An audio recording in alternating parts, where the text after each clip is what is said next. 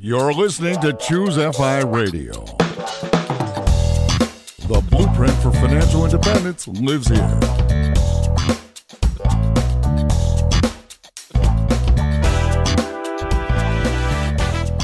If you're looking to unlock the secrets to financial independence and early retirement, you're in the right place. Stay tuned and join a community of like-minded people who are getting off the hamster wheel and taking control of their lives in the pursuit of financial independence. ChooseFI, your home for financial independence online.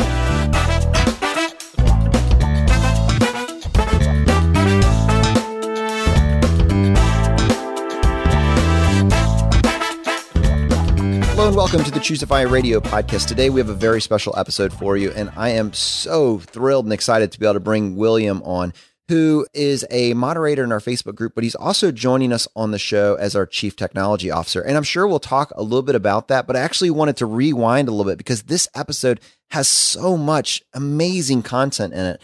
You know, and I think so many of us have this tendency to try to project our lives as these Pinterest perfect, Instagram worthy items that never have had to deal with tragedy or challenges. And frankly, life just doesn't always follow that rule book. In fact, it rarely does. William, his path to FI includes becoming a widower and raising children with special needs. You know, I think it's super easy for us to always focus on that obvious, hey, it worked right away, everything went right, and now I reached it. But that doesn't reflect the lives of hundreds of thousands, if not millions of people around the world that are saying, that sounds great in theory, but what does it look like to try to apply those principles to my life? You don't know the shoes that I've walked in, and I would just make the case that in this episode, I think William has and can really speak to this. And to help me with this, I have my co-host Brad here with me today. How you doing, buddy? Hey, Jonathan, I'm doing quite well. And yeah, that was a really good intro. I've had the good fortune of meeting William and getting to know him this past year as a member of our community and now as a member of our team. And he is truly one of the most incredible people I've ever met. I mean, his intelligence just exudes from every pore, but it's more than that. It's how much he cares. I've never met a guy who's just there and is willing to help you at every given moment. It's a rare and special gift. I just can't wait to introduce him to the entire ChooseFI community. And with that, William, welcome to the show. Oh, thanks. It's a great introduction. Thanks. So, William, I think what makes this conversation so interesting is you're legitimately one of the smartest guys I've ever met. And in fact, I have brought many questions to you myself that I have about maybe advanced personal finance tactics and even FI tactics. But when I was looking kind of at your biography and your personal story, your interest in personal finance only started really around 2014. Tell me about that. Yeah. So for most of my career, I did the standard max out my 401k and max out my IRA, but I really didn't put much thought or interest in finances. That was something that I had delegated off to a financial advisor, and I basically dropped money on them on an annual basis to invest as they saw fit. That really changed when my wife passed away, and she used to handle all of our tactical finances. So things like paying of the bills and managing of the bank accounts and the checkbooks and things like that. And when she passed away, I basically took over the day-to-day management of finances as well as the long-term management of finances. And my interest in personal finance and investing really didn't kick off until around 2014. I saw it was total clickbait, top 10 things to do in the new year for your finances. So I read it, and one of the suggestions was to do an inventory of all your investments and see what the expense ratios were or are.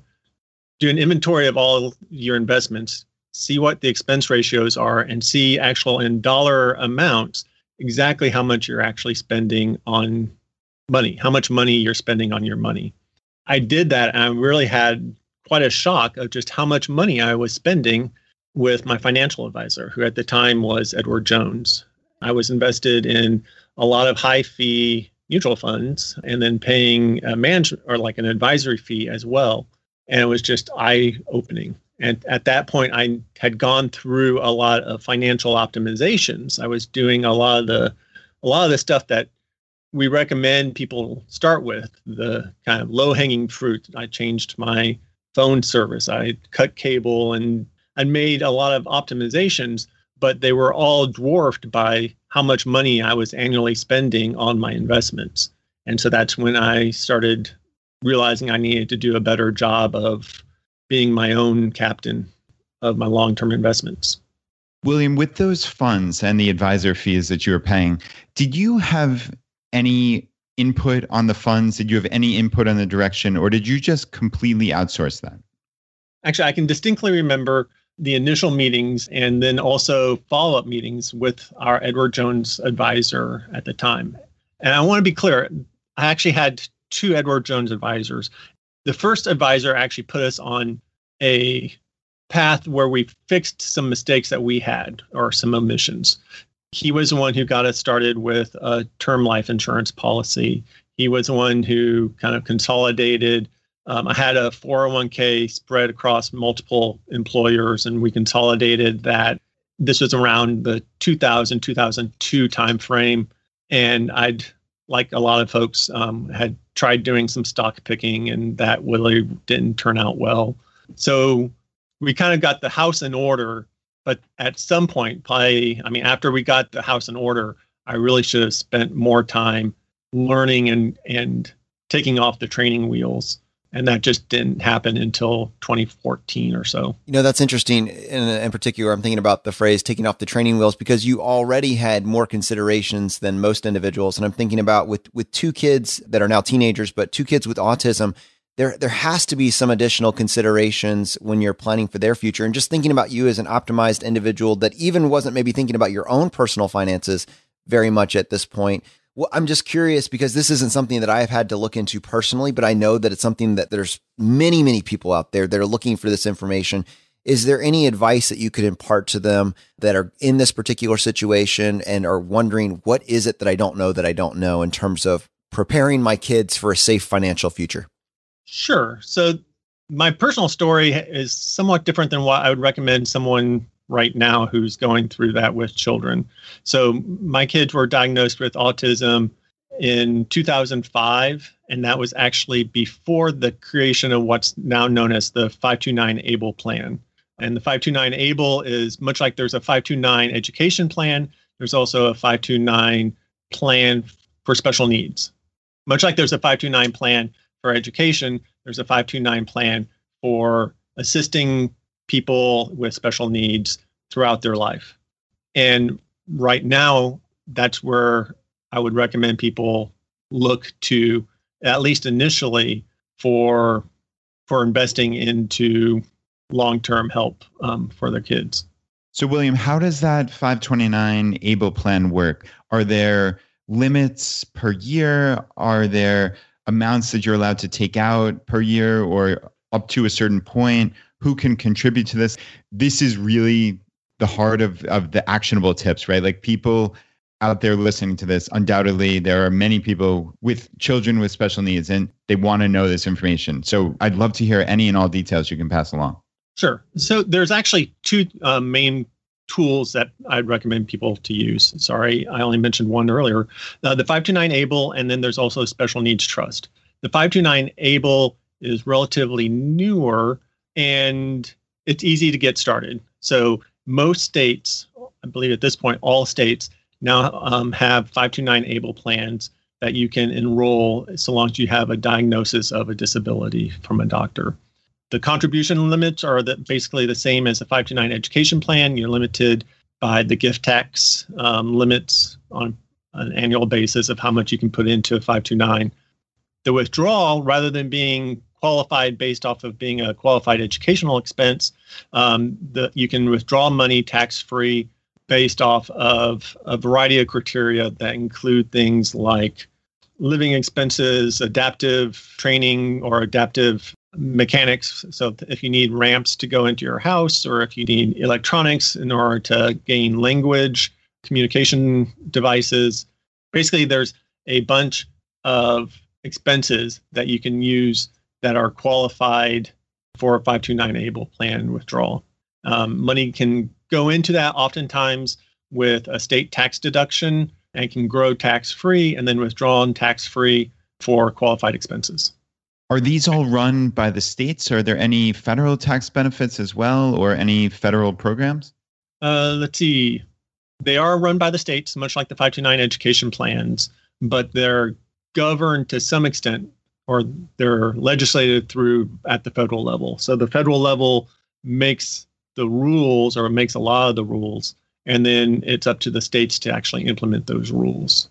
So one of the most recent things that happened with the new tax law, I believe, is that 529 education plans, money that you may have been putting into for college for your child, and then they get a diagnosis of a disability, you can now roll money over from a 529 education plan into a 529 ABLE plan, for example. And that's been a recent change. And you said earlier a, quote, diagnosis of a disability. Is there a list of disabilities like at a federal level that would qualify someone to be able to open one of these 529 ABLE plans? Is that something we can put in the show notes, or how does that work? Sure. It's basically the same set of disabilities as the Social Security disability programs. So yeah, autism and most standard like physical as well as cognitive disabilities would apply. Question for you on the actual specifics of the tax benefit that you're getting. And you hit on it, but I just want to make sure that I'm understanding it clearly. So based on what you said with a 529 plan, it's going into an account tax-free at the state level only. It's not giving you a benefit at the federal level, but then you get to draw it out tax-free as long as it's used for a qualified expense, which includes, as you pointed out, living and mechanical and others. And I guess there's a full-on list of those. Did I understand that correctly? Yeah. So in a lot of respects, it behaves at federal level like a Roth IRA. So you can put money in. The money that goes in is post-tax dollars. It grows. You can pull the money out as you need it and as you spend it on qualified expenses. At the state level, you get some states offer state income deductions for contributions you put into their 529 ABLE plans. Awesome. And it sounds like while maybe some of us are, hem and haw and go back and forth a little bit on the 529 for education, depending on what your strategy is, the 529 ABLE plan is an obvious choice. This is something to do. Yeah, it's a very easy first start. So even before you start talking to a lawyer or drafting up something that's much more comprehensive for your special needs trust, the 529 ABLE is something that you can do immediately.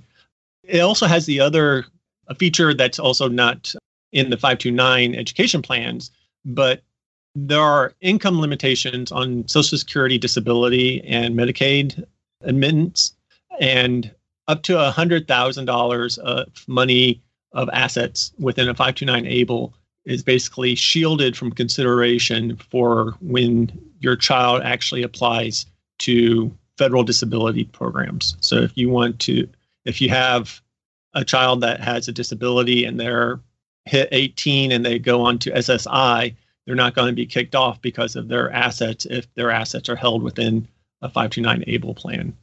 Whereas if you held it in a UGMA or like a Uniform Gift to Minors Act, basically a custodial account at your local bank, for example, those assets can be held against you or held against them when they go to apply for Social Security, disability, or Medicaid.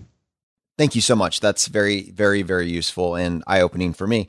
I have one more for you. You said that the 529s are a great place to start, especially, and you kind of pointed out that the next step being a special needs trust. Tell us a little bit more about that. What is the value? Why is it something to be considered? Give us a little bit more insight on that. The special needs trust has a couple big benefits. One, it can accept more money and shield more money than just the $100,000. So as we know, like $100,000, if you use something like the 4% rule, you can figure out that that's not going to get you very far for when you're looking at an entire lifetime of need potentially.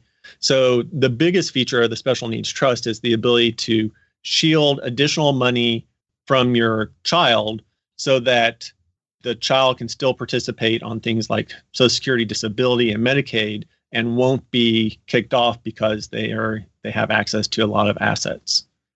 Yeah, William, this was a question that I kind of wanted to get at more holistically. And so this is the perfect time, is obviously you're in your situation acutely aware of mortality, and you have to be thinking about these issues for your children who have autism. And someday, hopefully many, many, many decades from now, it won't be until that point, but someday you won't be there. They're going to have to navigate this world and navigate finances. How does someone approach that just from point one? We can talk about the special needs trust, of course, because I think it's integral to it. But how do they approach that? So someone's listening to this. Do they think about life insurance? Do they think about putting some type of trustee in charge of the children down the road? How do you even approach that thought process? Yeah, so there's the financial and then there's the care. And there's also the care of the finances. So, for example, I have a term life insurance policy on me that will expire when the boys are 20, I believe. Oftentimes, whole life is encouraged for kids with special needs or a policy so that the policy is there basically throughout the life of the parent, and then it's a guarantee. The way I figure it is I'm retiring and my portfolio is basically sufficient so that it can support both the boys as well as myself. So they'll inherit my assets or they'll inherit my life insurance policy. And that's where a special needs trust, which can accept money much higher than $100,000 and shield that from being excluded from state aid, for example, is really important. Because with the special needs trust, you can actually define a trustee who you can instruct to manage the money in the way that you see fit. So, for example, my instructions are to favor passive investing, index fund approach, and it's up to the trustee basically to make sure that the financial decisions they're the ones making the decisions on a long term for the health of the portfolio of the trust.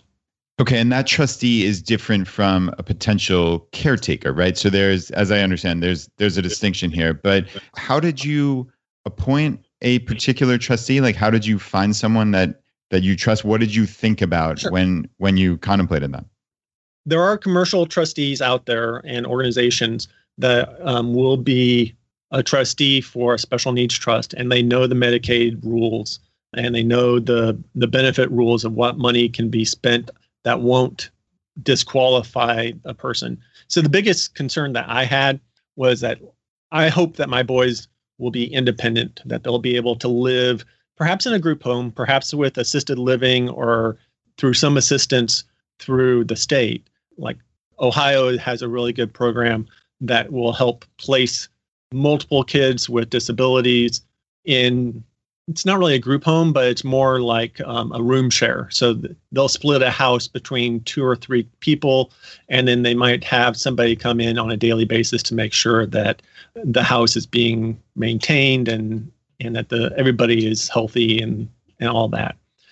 What I would hate is that my boys would get settled into such a program, and then I pass away or something were to happen to me, and they inherit either my life insurance policy or the assets in my portfolio. And then because of those assets, because of the inheritance that they get from the passing my passing, that they would get kicked out of their home, for example. That would just be very disturbing for them. And it'd be just disturbing for me to think about happening because I didn't have my situation lined up. So there are commercial institutions that will do the trustee role. You can basically designate anybody to be your trustee for a special needs trust. Personally, I designated my father if he's capable, and then I have a fallback. I have 3 basically fallbacks who've all been notified that they're on deck to serve as trustee. And rather than go with the professional trustees, I'm allocating money to them so that they can consult with a lawyer basically on an annual basis. So rather than spending like a 1% of assets for the professional trustee, and that's typically common of what I've seen, the professional trustees are compensated based off of assets in the portfolio.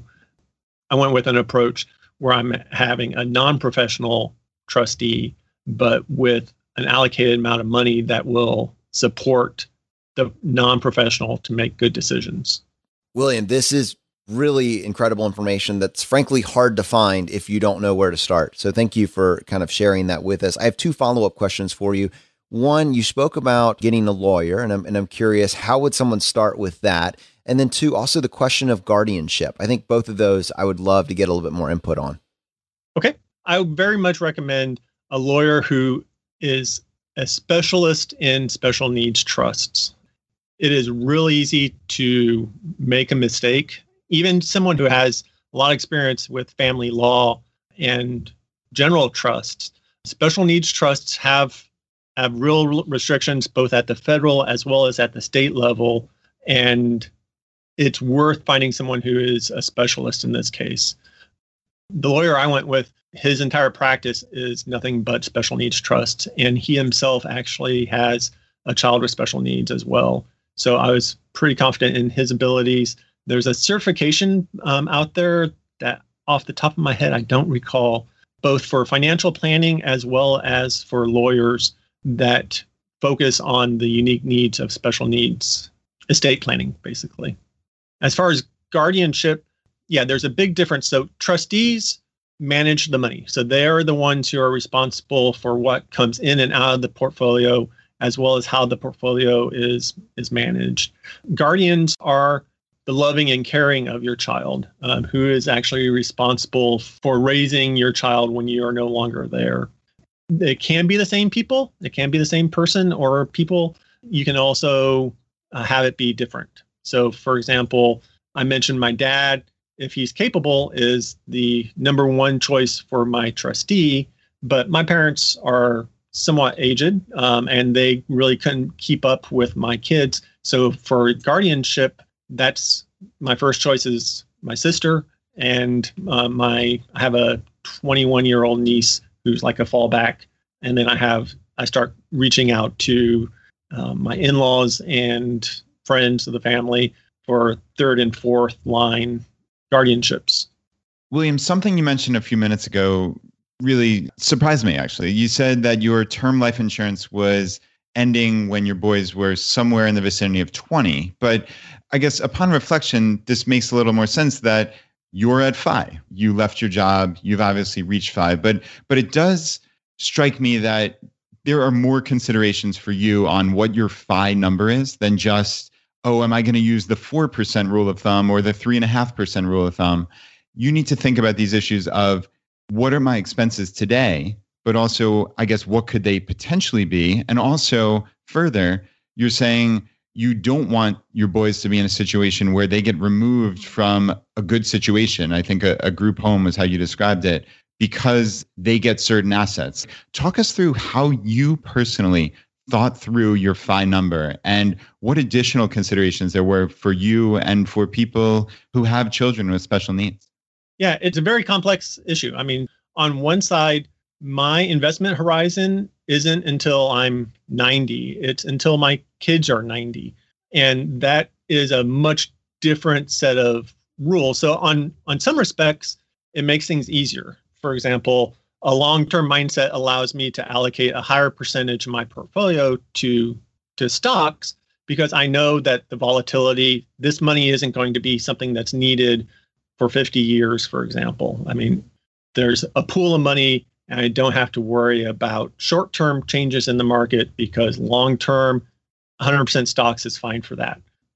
But there is a big balancing between my own needs and the needs of my children. And that was a really hard decision I had because I came from a really highly compensated employer or employment through my professional career. And walking away from that, when I know that, for example, I was able to sock a 90% savings rate basically into funds that were going to last them their life, that was a much harder decision for me. The other complicating factor for that is, and as I mentioned, that I have a term life insurance policy as opposed to a whole life insurance. A lot of that comfort level, in general, I'd probably recommend a whole life insurance policy for most people because you don't want your own longevity to take away from the support that your kids get when you pass away. For me, I actually had a life insurance policy on my wife that paid out to me. So my plan included the fact that I have a large portion of money from her policy that's already designated going to the boys for their long-term support. So I kind of look at her life insurance policy not as feeding my own retirement, but her life insurance policy is basically funding the boys' long-term financial security. And William, with this special needs trust, is that something that you fund at the outset? Can you continue to fund it?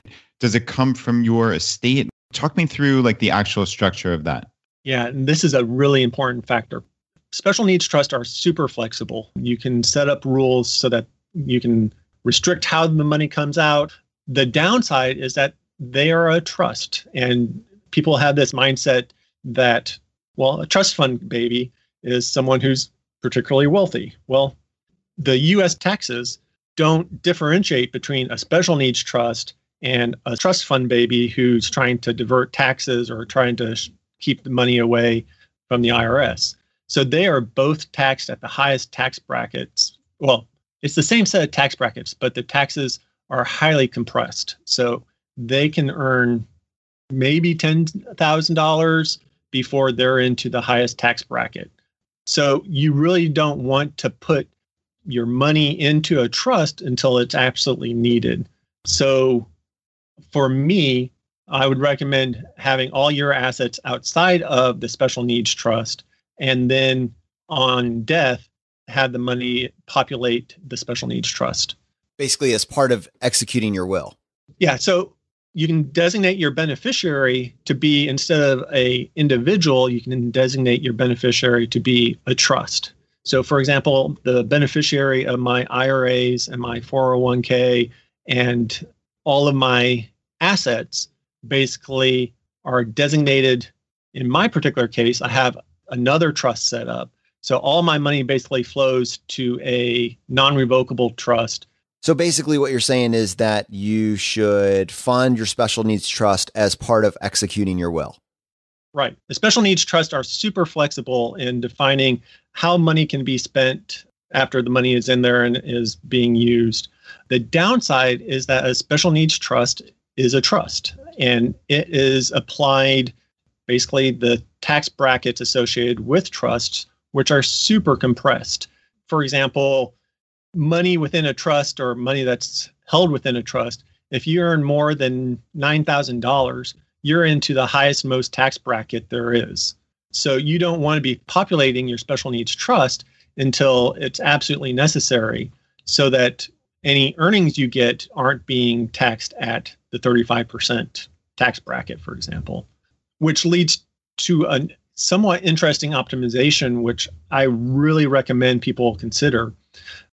I have almost all of my assets that I'm living off of for my early retirement are coming from my taxable account.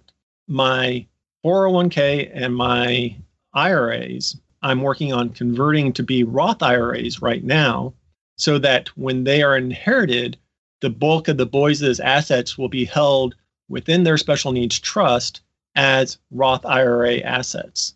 So that Roth IRA becomes super beneficial to them because their tax bracket, even though they're probably never going to be able to meet my earning potential, their tax bracket's going to be at relatively the 35, probably higher percent tax bracket. So if you envision in the future tax the rich, and the rich equates to trust fund babies, you can imagine that trusts are going to be higher and higher and higher taxed. So I'm not withdrawing any of my Roth IRA funds or my 401k funds for my own personal retirement, because I'm working on transferring those to my boys when I pass away. So you've basically created the ultimate stretch Roth IRA, man. I love it. So the boys will still have RMDs that they'll have to take out of the Roth, which will be held within the trust. And those RMDs, if they're not being used, will of course generate income. But just to slow down on that, I want to highlight it. So RMDs, required minimum distributions, but the RMDs, as I understand it, are based on anticipated life expectancy. And so the thought being, if you have enough in there in those accounts, if the RMDs don't exceed the anticipated growth, the account will still continue to grow over their lifetime.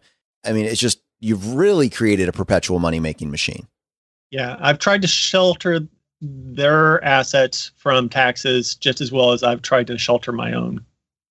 William, I wanted to kind of double back to something. You had mentioned earlier that your wife was the one who did the finances, or at least the tactical aspect of it. And obviously, many of us have to consider a situation where, like in my case, I do all the finances for my family. I mean, my wife is a CPA. She's perfectly qualified, but it just, how we've distributed this in the house, it just falls that I do the finances. But I've been mindful of thinking about like legacy binders and instructions. Was this something that had crossed your mind years ago? How did this work for you? So the answer is that we didn't really plan on that.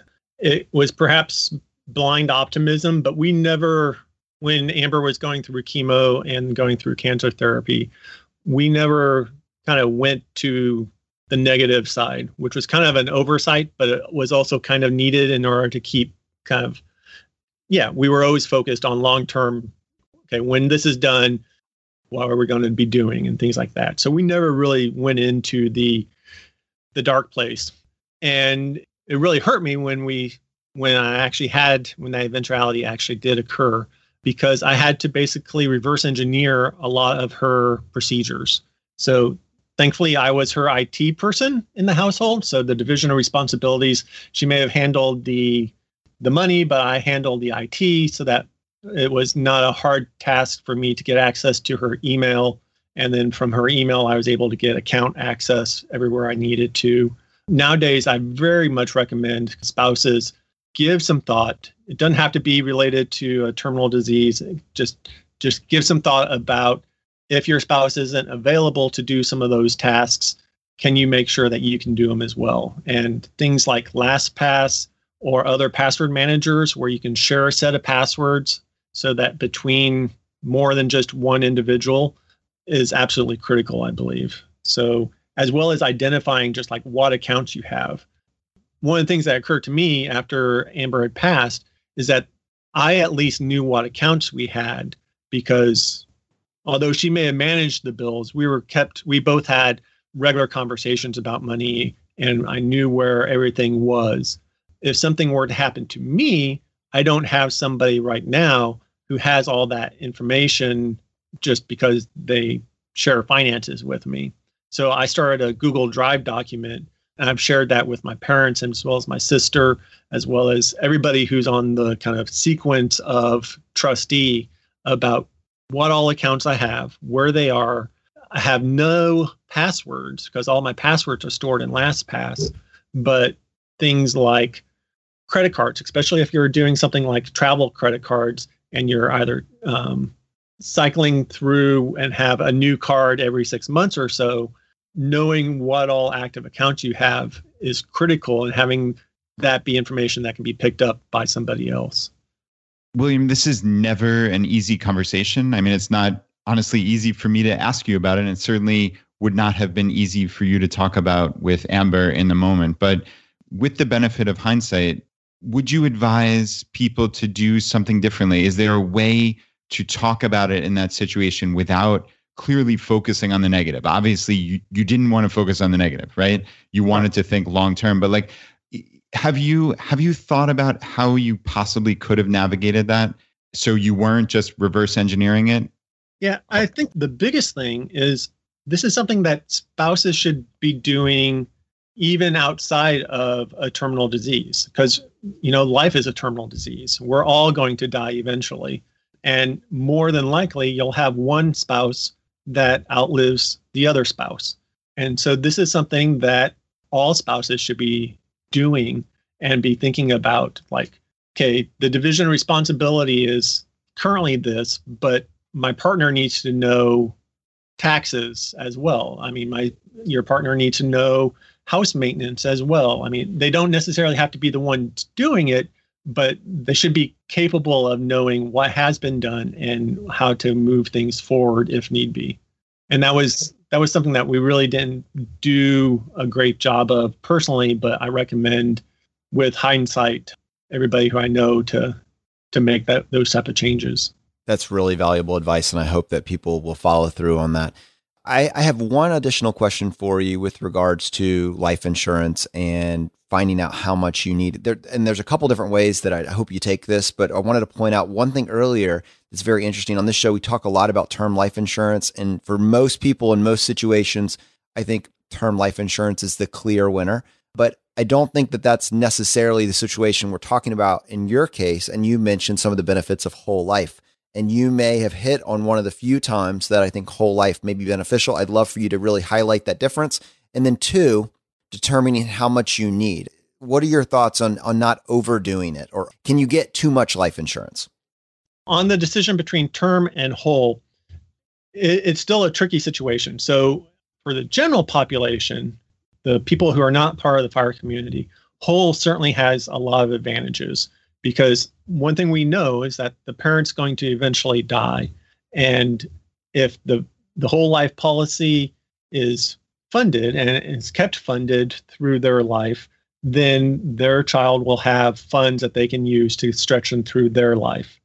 The decision within people within the FIRE community can kind of pivot that or can kind of shift that because they generally have better self-control or at least self-awareness of where their money is and can focus on perhaps setting up investments that will benefit their child long-term. So for me, we had our term life policy set up before the diagnosis of autism for the boys, with the idea that as we got close, then we might want to shift some portion of our policy into a whole life policy to fund the special needs trust for the kids. That ended up not being something that was needed because of Amber's life insurance policy basically being directed for them. But yeah, I mean, in general, your situation is if you don't have somebody who depends on your income, then you really don't need to be insured. And so that's where term life actually benefits, because as you get older, you have more of your own assets.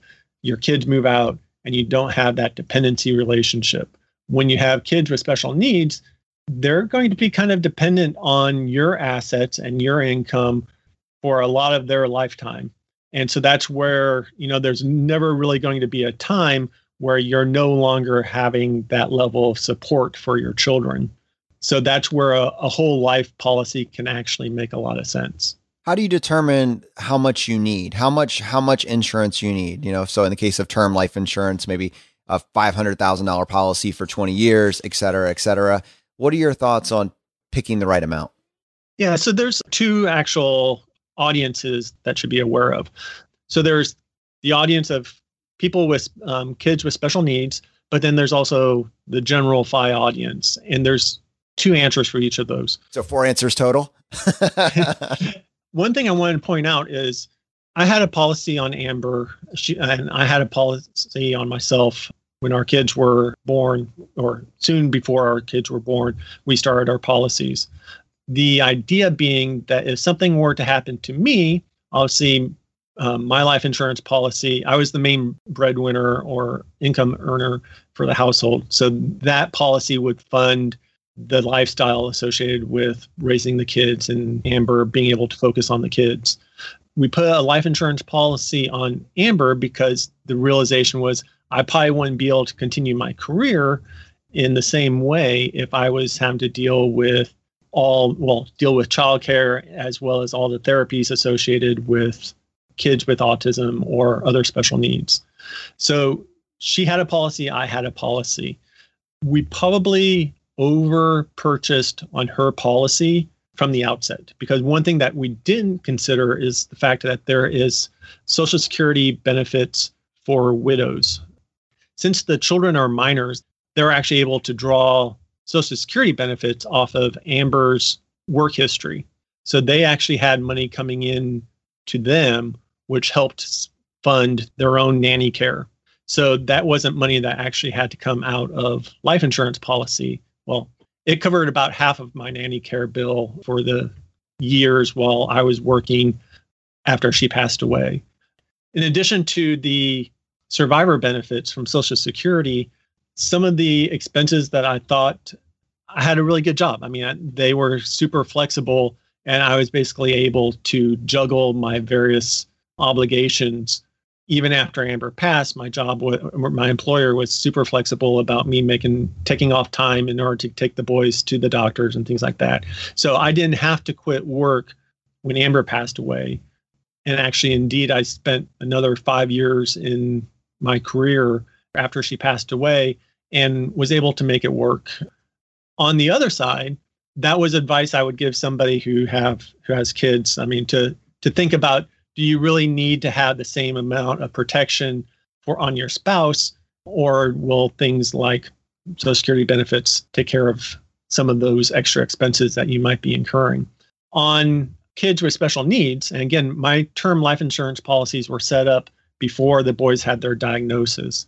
I would certainly say don't underestimate how much you might need when you have kids with special needs, because they have therapy sessions. And for a lot of jobs that aren't flexible or aren't as flexible as mine, it's a big stretch to walk away from work at 3 because you've got therapy appointments at 3:30, for example, or just the not being able to attend all hands meetings or do travel because you're a single parent.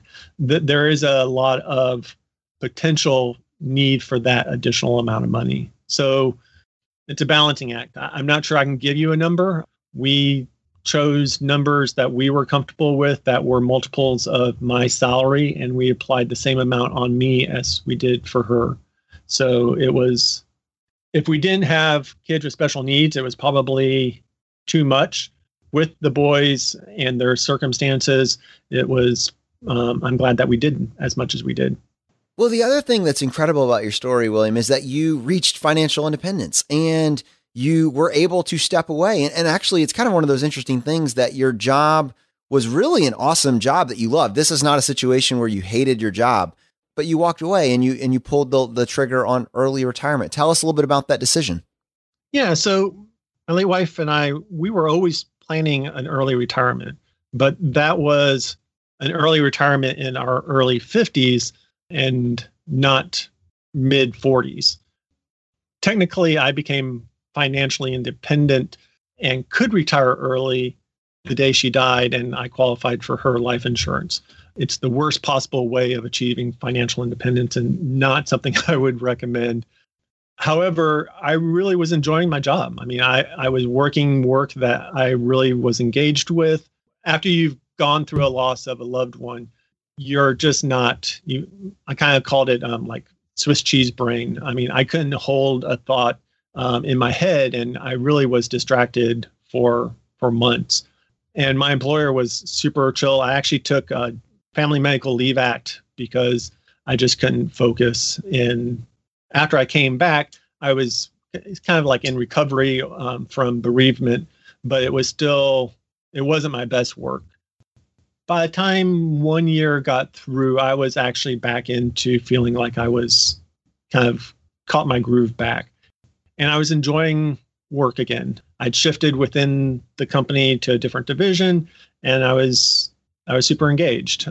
I was also engaged and becoming more and more engaged in the fire community. And I mean, a lot of it was a matter of everything has opportunity costs. So I was still enjoying myself working, but I really was also cognizant of the fact that, I had 2 weeks of vacation a year. A week of that would be spent between visiting my in-laws and my family for holidays. That left basically a week of real vacation time I could spend with my kids.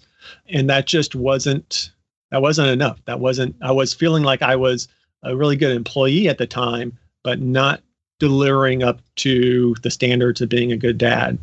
So that's where early retirement actually surfaced, where, I could be enjoying my time, the limited time I have with my kids when they're young or youngish, rather than being so focused on work. And even though my employer was super supportive of me having flexible time, when I would take one of my sons to therapy, for example, and have to cut out a couple hours early, just my own sense of work ethic meant that I'd come back, put the boys to bed, and then I'd make up that time.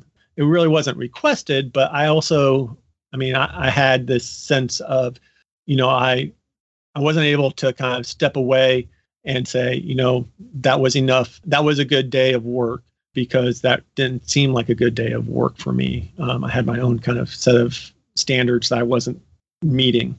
So, William, you left your job in the past year, but as you said, under the most unfortunate of circumstances, you reached FI about 5 years ago. So there's an intervening time there of 4+ years where you continued to work at your employer. And obviously you just painted a wonderful picture of what that experience was like.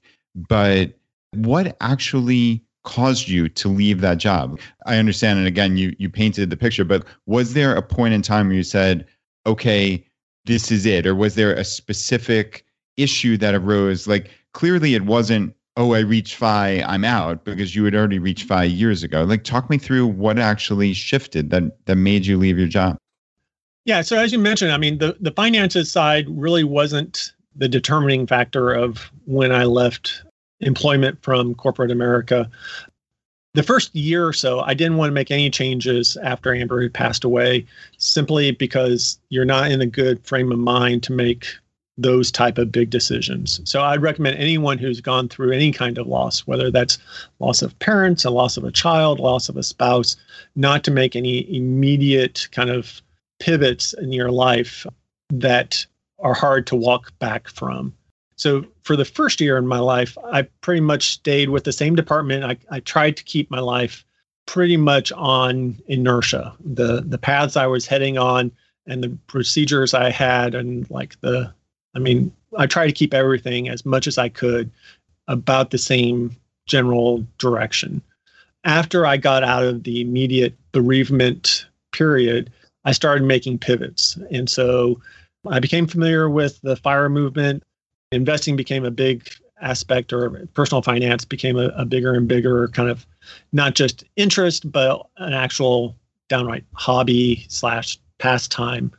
I found myself more and more spending time actually helping on ChooseFI. I guess I discovered ChooseFI 2017, 2016. And yeah, I started spending more time helping you guys initially with the vault, but then it became helping on the Facebook group. When I would idle at work, I found myself goofing off. And when I was goofing off, what I was doing was working in FIRE communities, ChooseFI and other Facebook groups. It kind of was a light bulb moment of, the things that I'm doing when I goof off are probably the things that I'm more interested in doing than what I am doing when I'm actually goofing off. So another big factor, and it was I actually credit it in a large part, the Scott Trench episode with Bigger Pockets, where he pretty much through just a set of circumstances was in contact with the founders of Bigger Pockets, and then defined himself a role that he thought he would be qualified to work in. That actually provided a lot of inspiration for me to reach out with you guys and say, hey, is there a need, or do you see a way that I could provide value into the ChooseFI community? And you literally created your own position. That was the part about it that was so incredible. And what you're doing and the way you've been able to help us bring this together is just, I think our community will appreciate it more and more over the next year or so. But it's really been cool to see basically you embracing almost this entrepreneurial lifestyle. I know I get a message from you like every couple of days with a new idea of something that you're pursuing. And it strikes me that like before you were taking your 23 some odd years of software engineer experience and you were funneling it into a corporation's goals. And now you're being able to take that, and it's obviously something that you're passionate about and you care about and you enjoy, and you're funneling it either into a passion project like ours or into your own ideas. And it's really, really fun to kind of watch you find and pursue these new passions and interests. Yeah, it's kind of funny. So, I consider myself a programmer. Programming wasn't just my profession. It's part of who I am. And it's kind of like an artist. Not saying that I was like an artist level, but they might get paid for their art. But at some point, even if they weren't paid, that part of their identity is in what they're pursuing or what they're doing. I enjoy creating software or systems, and the way that I create those systems are in software. I am a programmer. I enjoy programming. So in the nearly 20 years, I guess it was technically 18 years that I was with my former employer, I had maybe half a dozen projects that I was able to release to the public that actually saw some visibility to the greater community. And yeah, since I quit, I'm able to actually, all my effort can go into either building something cool for ChooseFI or building something cool or following up on ideas of my own or contributing to open source or these other ways that I can continue to build cool things, but it's cool things of my own choosing as opposed to things that, although my job was very helpful to the internet at large, I believe, it just no one ever saw the stuff that I worked on. So it was, I've been really enjoying this change. Yeah, William, I know I can say personally that I'm so glad that you can pursue your passion of coding, and the ChooseFI community and the FI community at large are stronger because you're a part of it. So a huge thank you from me personally. Well, it's been a pleasure. Well, on most shows, that would be the end of the episode. But William, on this show, we would love to give you the chance to tackle the hot seat. Are you ready for this? Yes, very much so. In a world drowning in debt and rampant consumption, trapped by the chains of lifestyle inflation, these questions highlight the secrets of those who have broken free. Welcome to the ChooseFI Hot Seat.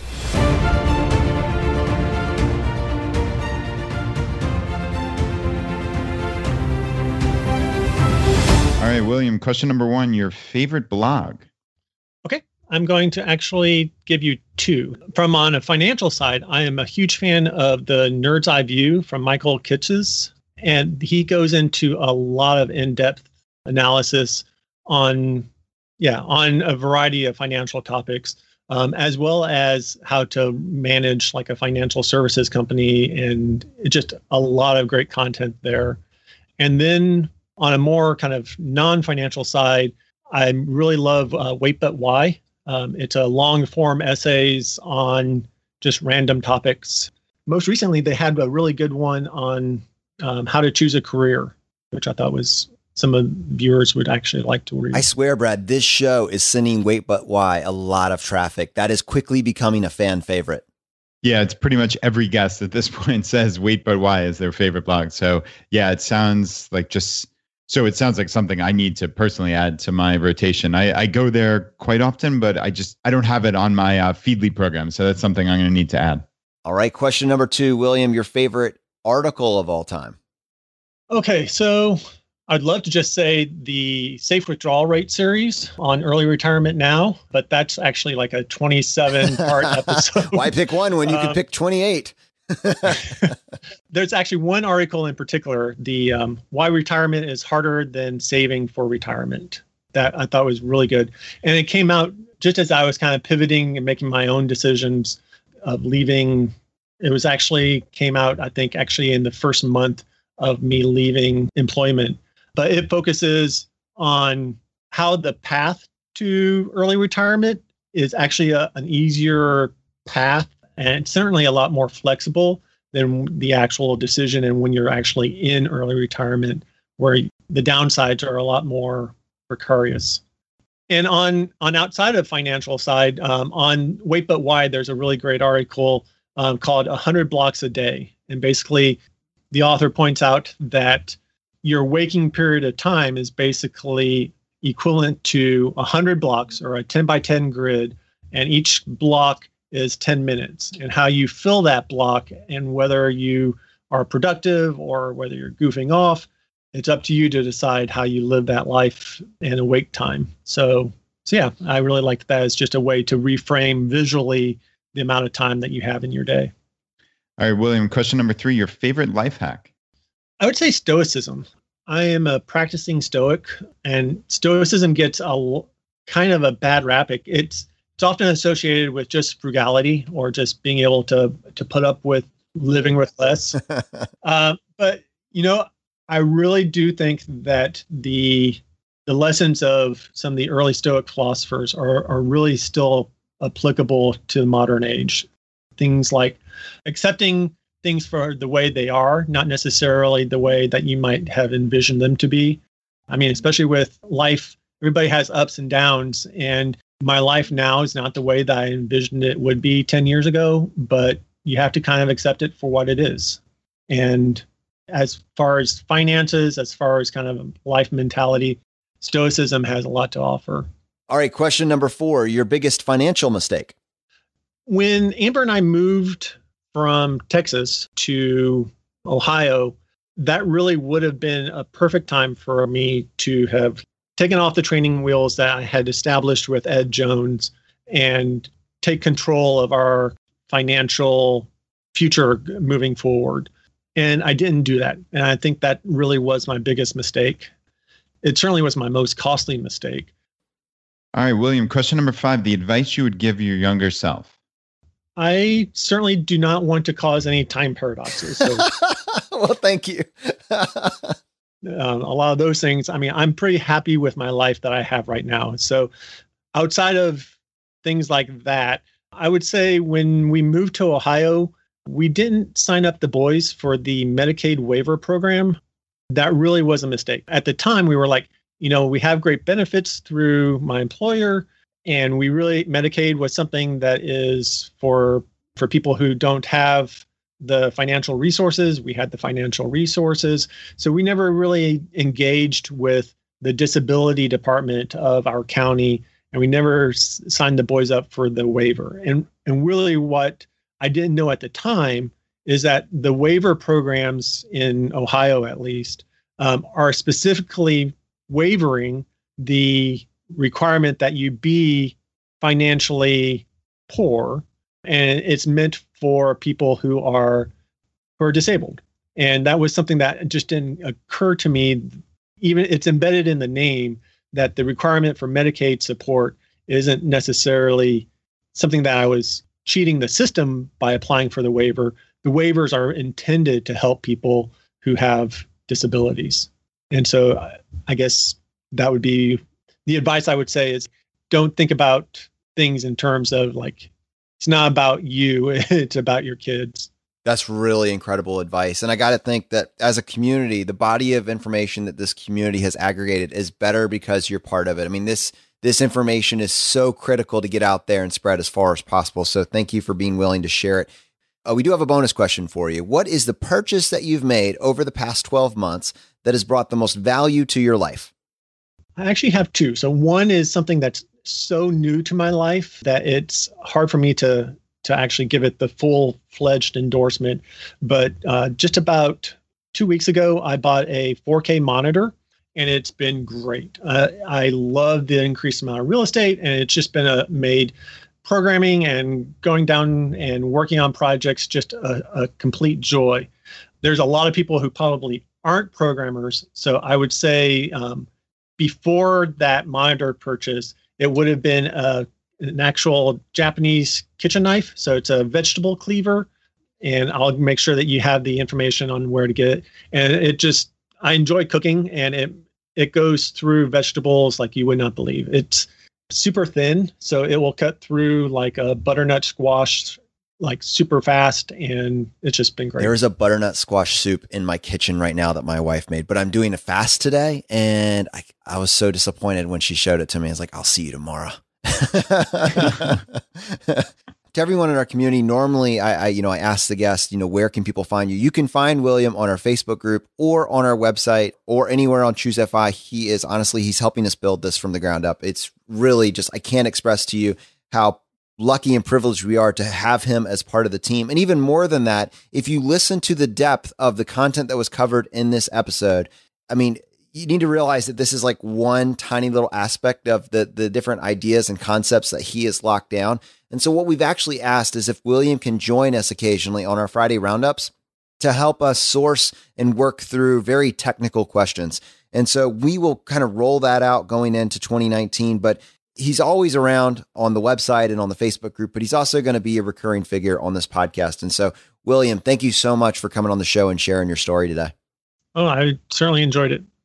Brad, this episode, man, this is probably one of the most important episodes that we've ever covered, not because it's going to affect everybody, but because it affects somebody, at their core. And it's so hard to parse this information and bring it all together and apply it to a FI framework. That's what William helped us do. Yeah, and William has spent years researching this, and he's the guy. He has this information, and he passed it along so clearly today. And yeah, just a huge thank you to him. And like you mentioned, I can't wait to have him on future Friday Roundups. He has just a wealth of knowledge on pretty much every technical subject in the world of FI and outside the world of FI, honestly. So he's just a tech guy. It's really amazing. So yeah, many future episodes with William on it, and certainly looking forward to future episodes. All right, my friends, if you got value from today's episode, if you've been getting value from the episodes up to this point, just take 1 second and press the subscribe button on the platform you're listening to this on. It just lets the providers know you're getting value from the show and you want to be here when we produce additional content. If you want to support us and what we're doing here at ChooseFI, here are 4 easy ways. 1, leave us an iTunes review. To do that, just go to ChooseFI.com/iTunes. 2, use our page to sign up for travel credit cards. If you want to travel the world with miles and points instead of your hard-earned dollars, then just go to ChooseFI.com/cards and get started today. 3, if you're working on the milestones of FI, set up a personal capital account to track your progress and use our affiliate link. It's completely free, and just go to ChooseFI.com/PC. P as in Paul, C as in cat. And 4, and most importantly, find your friends, coworkers, and family members who might be open to this message and tell them about the podcast. Have them start with episode 100. It is a fantastic starting place. All right, my friends, the fire is spreading. We'll see you next time as we continue to go down the road less traveled. You've been listening to ChooseFI Radio Podcast, where we help middle-class America build wealth, one life hack at a time.